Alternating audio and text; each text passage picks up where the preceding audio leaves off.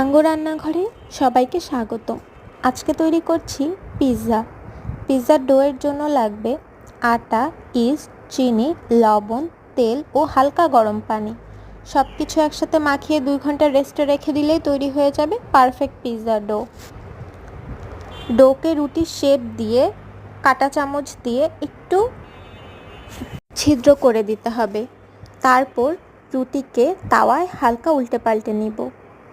এরপর দেব pizza sauce, রান্না করা চিকেন, পেঁয়াজ কুচি এবং ক্যাপসিকাম। আপনারা আপনাদের পছন্দ মতো টপিং ব্যবহার করতে পারেন। এরপর দিয়ে দিব চিজটাও আপনারা আপনাদের পছন্দ মতো দিবেন। কেউ বেশি খেতে পছন্দ করে, কেউ কম। তারপর দিয়ে দিলাম ব্ল্যাক অলিভ এবং পিৎজার ফ্লেভারের জন্য অরিগ্যানো এবং ঝালের জন্য হালকা গোলমরিচ গুঁড়ো। সবশেষে মনে হলো একটু টমেটো কুচি দিলেও খারাপ হবে না। এখন আমাদের পিৎজা ওভেনে দেওয়ার জন্য একদম তৈরি।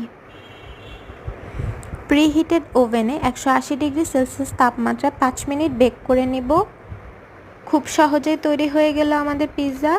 এটা বানানো যেমন সহজ, খেতেও তেমন মজা। আপনারাও ট্রাই করবেন এবং জানাবেন কেমন লাগলো।